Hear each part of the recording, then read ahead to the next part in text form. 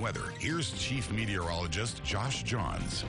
Welcome back, everyone. Josh, do you think we'll be getting rain anytime soon? Yeah, we've got more on the way, which is great because we've already started off this year great. I mean, yes. Can you remember the last time we had so much water in our lakes? I really can't. Well, part of that is because we're starting off really good this year as far as lakes go. It's been about 25 years since we've had this much water in our lakes. The water supply here in Texas is in the best shape it's been in about 20+ years. 25 is the number I just gave you. And look at that drought monitor there on the Texas map. Not much drought going on, and here's the total numbers. These came down from the Texas Water Development Board earlier this week. Our total state capacity right now is at 89.9%. We should be around 80% on average as we start off the year, but that's the highest we've ever started off the year since 1993. That's 25 years. A lot of our lifetimes, at least a lot of us here in the newsroom currently, you know, haven't seen this much water in our lakes. And we've got the chance to add even more to it as we go through the week. Here's the view right now, looking off to the west from downtown San Angelo. We've been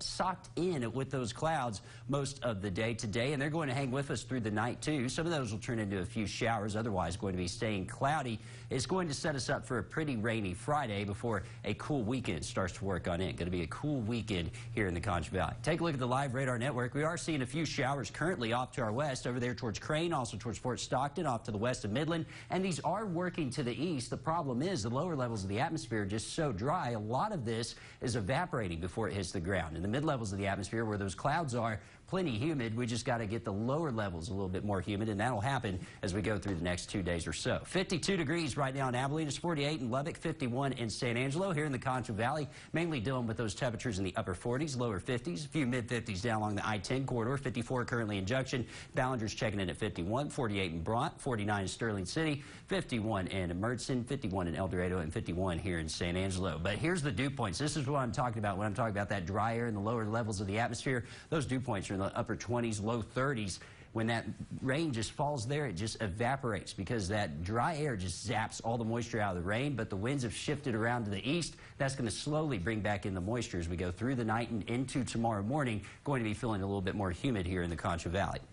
You see that first wave of moisture working in the mid-levels of the atmosphere there from Albuquerque over towards El Paso. That's going to work off across and bring us a slight chance of rain tonight and into tomorrow morning. And then our next system sitting over here off to the west over towards California, that one arises as we head into Thursday night into Friday, and that's going to really ramp up those rain chances. We're only talking about a 20% chance of rain tomorrow, a 30% tonight, 20% in the morning, and then we're up to 60 to 70% chances of rain as we head through Thursday evening into Friday, down to a 20% chance Saturday morning, and then starting to dry out as we head through the rest of your weekend. Let's kind of play this out here on Futurecast and show you what it's going to look like over the next 24 to 48 hours, because we'll be in the 40s tonight. The clouds really hanging around, maybe clearing out a little bit as we get into Thursday afternoon. That first shot of rain possible tonight and into tomorrow morning is going to be light, not going to be heavy rain at all. And then as we go into Thursday night into Friday morning, that's when the bulk of that energy from that system over towards California arrives, and that's really going to up those rain chances going into Friday. Starting off Friday there's the showers working into the Concho Valley. Those kind of stay with us in the first part of the day,